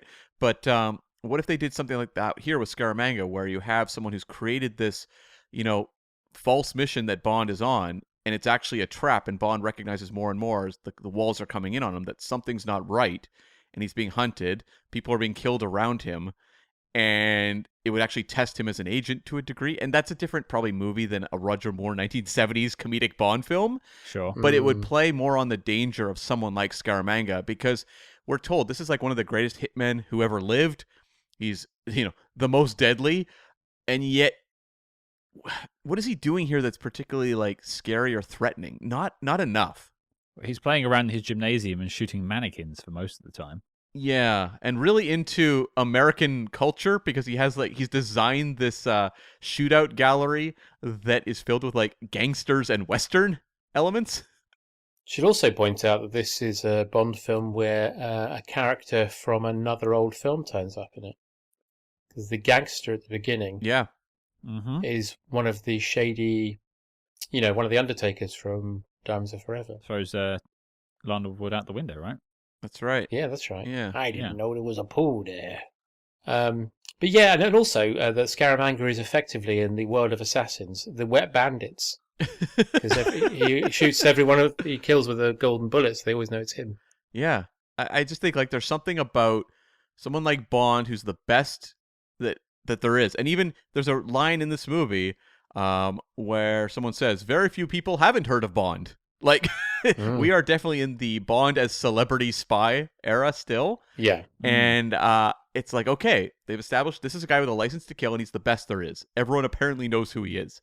So there's something about someone like Scaramanga wanting to take him down just for the ego battle between the two that is a compelling narrative. And I just, in a different time period, if this had been like a Brosnan film or something, it might have worked. But in the 1970s, these movies are a little shaggy and a little, they like to work in their camp a lot. I don't know that it clicks well. Well, I think they're trying to have their cake and eat it, because they're trying on the one hand to say that this guy is going to kill Bond. But on the other hand, they're trying to say that he's actually lured Bond here because he admires him so much. And he says, Mr. Bond, we are the best at what we do. Yeah. So yeah, as you say, it doesn't provide much tension in that respect, but yeah. Well, I think in another film you would have also maybe made Scaramanga more obsessed with Bond. Like he's got a lifelike mannequin of him in his dungeon or whatever. He has. He should have had an Alan Partridge style rec room full of pictures of Bond everywhere. Sure. I mean, you joke, but I mean, you could at least say he's become obsessed with the one man who's better than him. I'm number 2 in the world, and I want to be number 1. Who do I have to kill? 007. Yeah. Like that's something, and then he's pursuing Bond, and it kind of ties into him trying to run away that I said earlier. I like, when he meets him at the kickboxing fight, Scaramanga could have killed him then. Just didn't do it. And I'm like really mixed on Knick-Knack. I think Hervé Villechaize is actually like a ton of fun and a very iconic Bond, henchman villain. But also that character kind of undercuts the seriousness of the man with the golden gun. Yeah, I could do without him if I'm honest. Yeah. It's tough because it's like I think in a different movie, Knick-Knack is incredible. But the fact that you have the man with the golden gun who's incredibly menacing and threatening, as just depicted in his scenes with Maud Adams, but then paired with Knick-Knack, who's, putting on silly costumes and running around throwing bottles at Bond and has this thing where he wants to, get the man with the golden gun killed so he can inherit his island. That element, that last element of the wanting to get him killed would work better if it felt serious. Like if there were threats to Scaramanga that he was bringing in. That Knick-Knack desperately wants him killed and is trying everything he can, but that's how good the man with the golden gun is. But like, am I supposed to buy that the man with the golden gun is like ultra deadly and serious coming off of the opening fight with the gangster? Yeah, no. What about you, Cameron? Something you disliked? I'm just going to dovetail off of that, which is the Solex Agitator storyline. I just don't think is interesting. I get that it was topical at that time period, but ultimately it's a MacGuffin. It's this little, technological thing that doesn't mean anything to the audience, and it's not like the payoff is great. Yeah. When you have, the next film, the villain wants to live under the sea, they're paying that off. There's sharks, we're underwater, we have this massive base, and all that. What do we get out of solar energy in this movie? We get a one-man plant that is being run. That he doesn't understand and doesn't even like pretend to care about. He's like security. The whole thing could be completely decimated by just having that guy fall in a vat of coolant, and that's done. And the one exhibition of this Solex Agitator, this solar power, is a gun that doesn't even have a beam that causes a plane to explode. Yeah. And you talk about the island factory, whatever it is, for a second. I always wound me up that there was no one working there. I know, right? Like, why is there not like 30 extras and jumpsuits like in You Only Live Twice, or God, even like No Time to Die has that in the nuclear bunker. But even like Scaramanga doesn't seem to care about it that much. He's like, oh, I inherited this because I killed High Fat, and I guess it'll turn some money. It should be good for that. But it's not like someone who's like, I have a passion, Mr. Bond, and that passion is the power of the sun. No, he's just kind of like, oh yeah, look at this, it's kind of cool. I got a gun here. It'll do its thing. He's just any other bored multi-millionaire white guy. Just wants his own island. Yeah, and a lot of it just turns into the middle of the movie is, that's a lot of the Mary Goodnight stuff is like, what's going on with Solex Agitator, and it's like, it's not a draw. It doesn't grab you. I mean, the rabbit's foot in Mission Impossible 3, they were at least smart to just make it so vague and just have an actor like Philip Seymour Hoffman basically saying, I want this now. You're like, okay, clearly this is very important. Whereas here, it's a lot of kind of hijinks being tied around a very boring MacGuffin. But then this film does have Mary Goodnight having to hide in a cupboard while Bond has sex with another woman. She has to listen. And she falls asleep to it too, which I think is... Yeah, which speaks volumes of his technique. Yeah, he's not a loud lovemaker. Maybe he's very rhythmic and it's like being on a train. Back in the womb, she was closed in the cupboard, Yeah. I feel like this movie and Bond do not like Mary Goodnight. No. Well, I'd say Live and Let Die shows the same contempt for Rosie Carver a lot of the time. Yeah. No, you're not wrong there. Yeah. But at least Rosie Carver turns out to be evil. Yeah. Yeah. Well, not evil, but, a betrayer.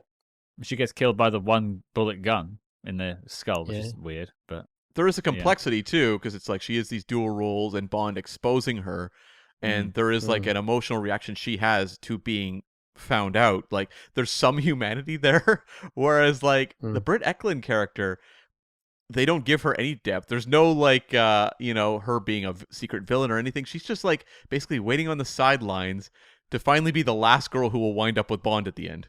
Yeah. Like Strawberry Fields. Yeah, kind of. If they'd made that the primary Bond girl of the movie, yeah. Strawberry Fields is like Goodnight, except, sorry. No, I was going to say, at least Strawberry Fields gets the oil covering. Like, there's an iconic scene, replicated, of course, but there is an iconic shot there. I don't think Mary Goodnight has an iconic moment maybe when her bum activates the agitator. Is that it? Yeah, I 'Cause think that's it. I think yeah. I was thinking the same thing. I was like, does she have an iconic moment that you would show in a montage? I think that might be it. Wow. Yeah. It's pretty damning on old Goodnight. I mean, I like the moment where she opens up the trunk of the car when she's in the air. Like, that's a fun moment, but I mean, I don't know that one's going to make the reel. Yes, that's not on the highlights, I don't think. No. We've covered basically most of the dislikes, I have to say, but there's one I just want to dig into for a second. John Barry returns to the fold in this film. Yeah. I wish he hadn't. Hmm. I mean, can you imagine if we had a different composer on this one with maybe something to say? I'd take George Martin again. He was so good on Live and Let Die. Yeah, 100% have George Martin back. I mean, I don't think we probably would have had to have McCartney too. No. But yeah, I think George Martin had an idea. He had a feel. It was a vibe in that. It's one of my favorite scores. But this one, I don't think I could, apart from the Lulu theme and replications of that theme throughout the film, I don't think I could hum you any bit of incidental music from The Man with the Golden Gun. Who was Lulu's most famous producer? That's who you needed. Yeah, I don't know. I think I've got a feeling George Martin worked with her, so Oh, did he? There you go. so I'm pretty sure at one point, yeah. Okay, well, yeah, maybe that would have been a good fit because I think Live and Let Die was kind of forging a very bold new musical direction for the franchise and did it hands down fantastically well. It's one of the all-time great Bond scores. And they're going to, in the next movie, have Marvin Hamlish, who's going to bring his own energy. Going back to Barry feels like we kind of don't know what to do right now. Which is, I think, what we've all decided is what happened with this film. Yeah. They were just Yeah. piecing things together. Well, okay, let's get to final notes. Any funny observations we've made on the film? I've got a couple of things. Cam, John, I'll throw it to you. Anything you want to bring up? No, I think I've said everything I need to say. I've got a few things. The mention of Scaramanga's mother being a snake charmer. That's a joke, right? Oh, yeah. Yeah, that's got to be. What a weird line. His story about killing his childhood friend the elephant is incredible. Like, that is why you hire Christopher Lee, is to have a absolutely absurd monologue and make it sing, baby. Couple other things. I love the waiter when Bond is breaking into the hotel room and he says it's a surprise, and the waiter's like, "Oh, a surprise," and giggles to himself. I'm like, that is a bit part actor just making gold out of nothing. I wonder if it was just a real waiter that they just sort of shuffled in and then Bond paid him. Maybe. I love that guy. He always makes me chuckle, though, when I watch the movie.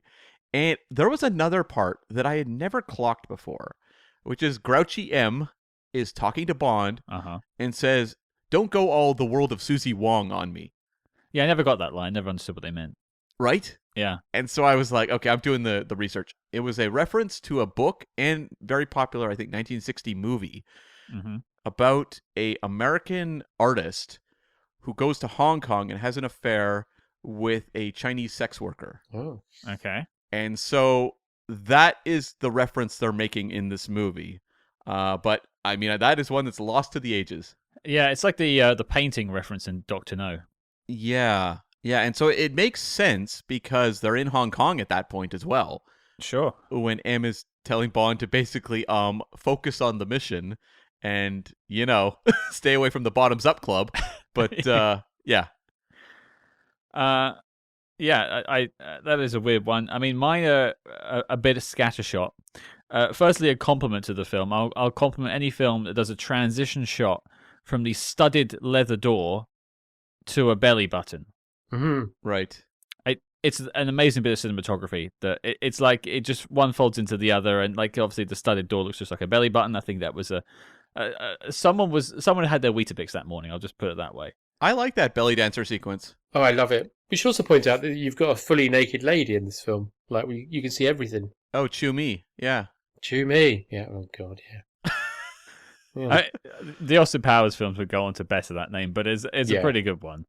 Fook Me and Fook You, yeah. That's it. I like Chew Me. She's so cheerful. Like, she just seems like she's having the best time. And this is a movie where a lot of people seem kind of grumpy, and Chew Me is just like a bolt of energy, just liveliness, living the moment.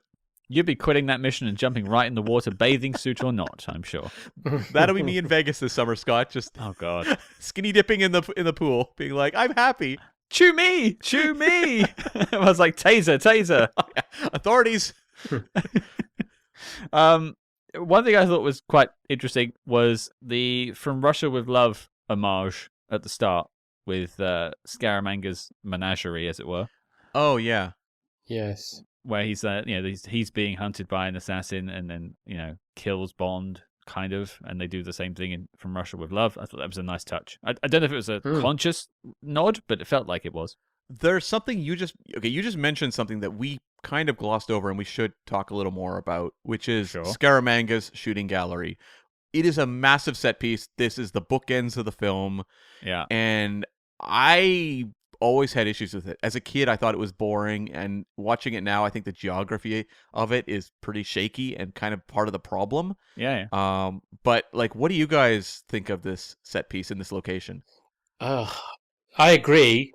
I think it's a bit all over the place, but I love the way it's lit. It's so beautifully lit. It feels like there's a lot of depth to it. But yeah, if you try and make sense of it in your head, you get a bit lost. I was more impressed with Scaramanga's animatronics because they really seem to flinch when they fire those guns. Yeah, it's true. Yeah, it was an interesting choice to hire actors and put makeup on them to look like mannequins. Roger Moore does two parts, I think. Isn't he also the cowboy? Yes, he is. Yeah. Yeah. I didn't much like it. I'm with you on that, Cam. I think it looks cheap. But that leads to the thing I said in the beginning. This film looks cheap to me. I think if you did the Man with the Golden, like if you did that menagerie sort of set, or something akin to it in, say, the Pierce Brosnan era or something, where there was more money and more scope, I think it would have looked very different and far more memorable. Well, like, think of a movie that this movie is pulling a lot from, which is Enter the Dragon. Yep. Which has the mirror room at the end. And the budget on Enter the Dragon was not huge at all. Nothing compared to this. That mirror room looks absolutely incredible, and they're obviously trying to ape that here, as well as Lady from Shanghai. But it's just not the same. And I remember also being, and to this day I'm confused by, you have that gangster giving you the walkthrough of that shooting gallery, so you understand when you get to the finale how things are laid out. And it's more like I remember the props, the mannequins and the order they show up. But there's the part where like Bond is like up in the rafters and like climbing down, and I remember being so confused as to like what the layout of this place was. Yeah. Well, it's clearly all just set based stuff, and I watched some behind the scenes footage earlier today, and it looked. I mean, you can see, especially on the 4K version I watched today, like you can see the tape on the walls and stuff. Like it really does look like it was pieced together. It's a bit, it looks a bit shoddy.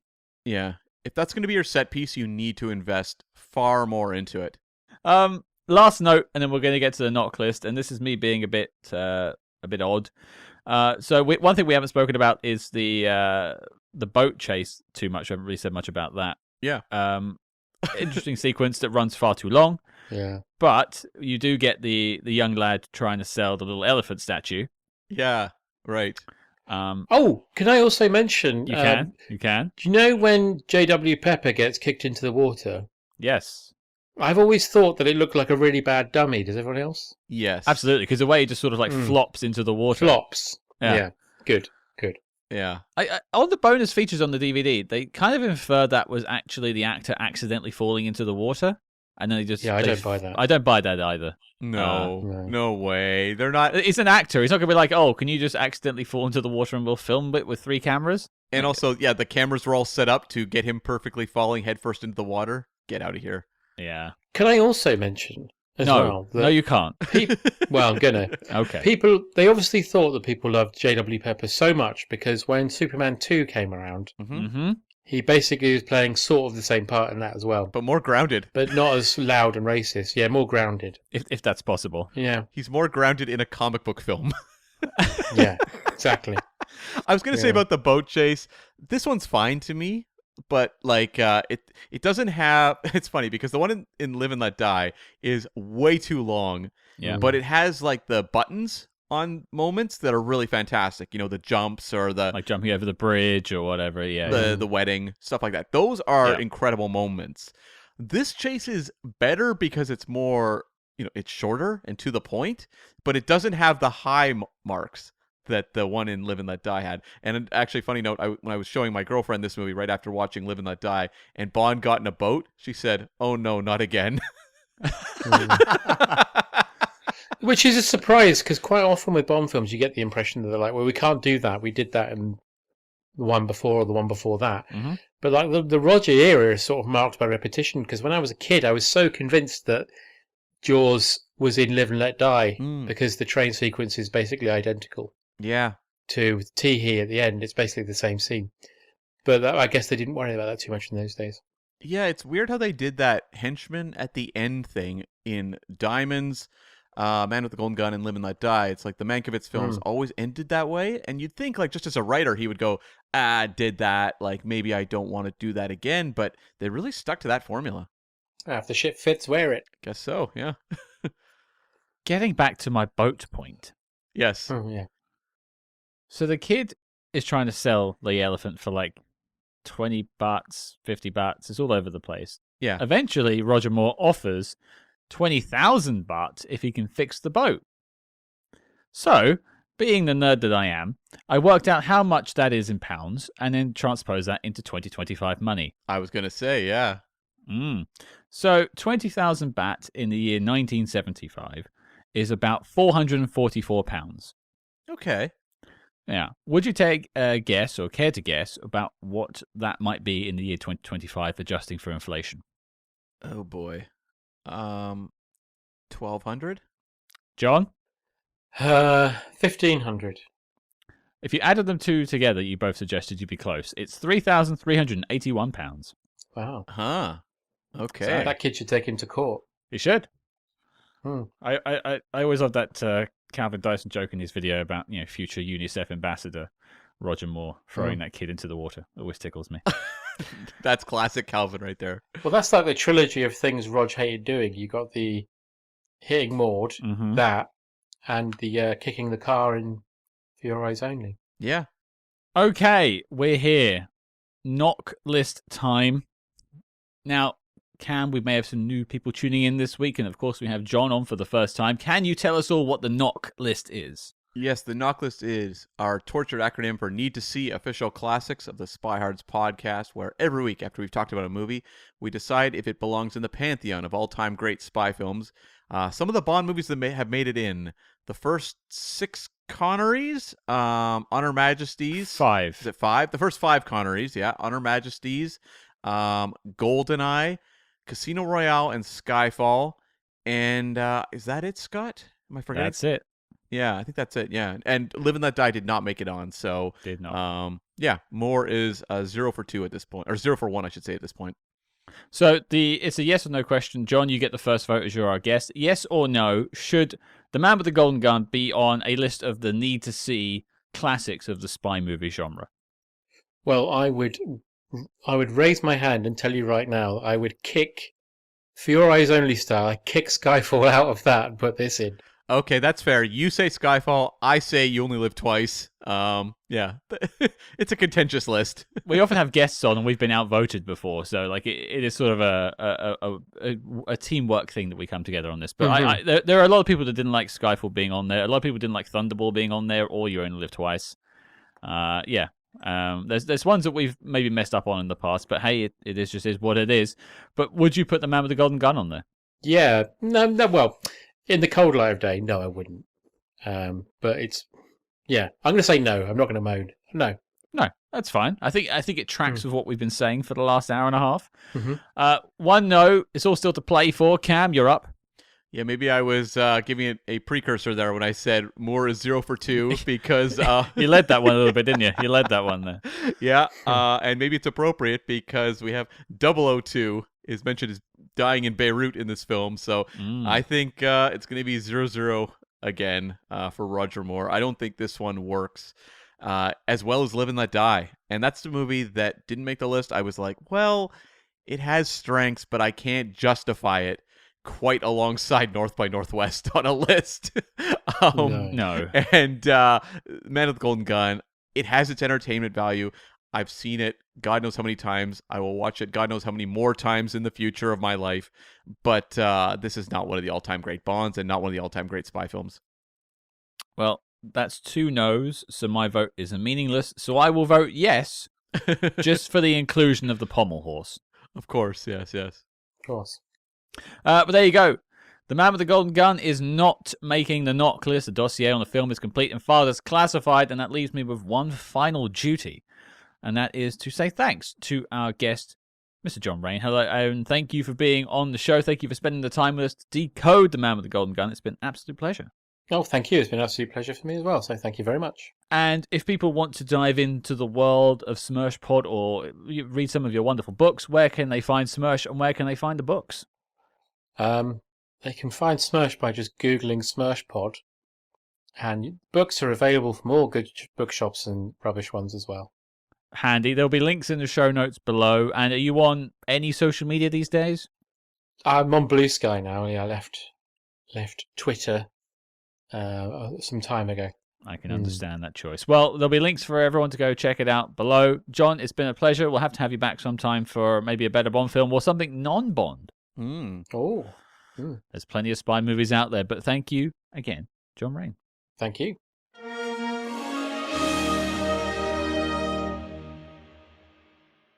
There you go, folks. Golden Gun in the bag. It's done. Boy, is it done. We're out of Tabasco now. I know. My mouth is burning. I can't even talk anymore. You're going to have to carry us the rest of the way, Scott. We found out that you are the true Solex agitator of this podcast. It's really awkward with dead silence there, isn't it, Scott? Yeah, that helps. Thanks. You're welcome. I'll just assume you got all your comedy out before while John was here. That's right. Yes, I've recovered from the Tabasco miraculously. Yeah, we're currently both wedged in a suitcase, floating in the ocean somewhere in Thailand. That was the punishment for causing the whole Eon sale. Yeah, that's what our lawyers decided was the actual way to deal with this legally is to put us both in a suitcase with 2 microphones and Wi-Fi to get this episode out and send us off to sea.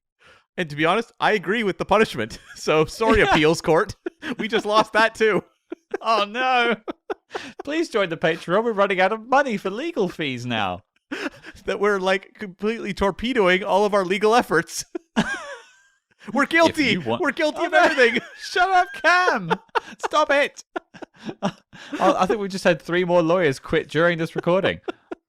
Who can blame them? Stop. Well, however you come down on Golden Gun, you might love it, you might hate it, you might just enjoy a slice of Rogertainment. Who knows? Didn't make the knock list, but we have a bit of fun with it nonetheless.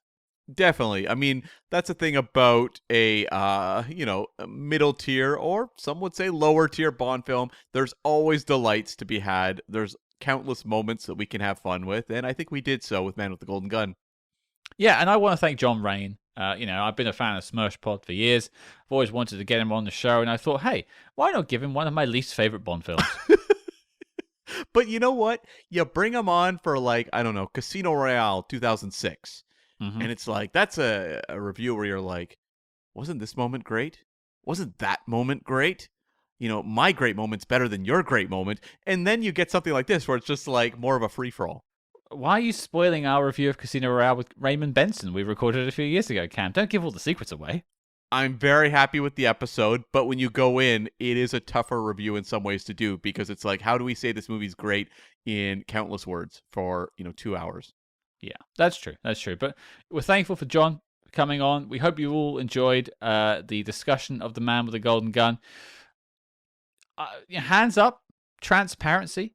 We almost had an interview lined up for this one, but scheduling just couldn't make it work. But we do have another interview we were actually going to release in a few weeks after this. But because that slot opened up, we thought now is a great chance to talk about it. And it actually makes it more timely. Mm-hmm. Yeah. So, Cam, why don't you tell everyone what we're doing next week?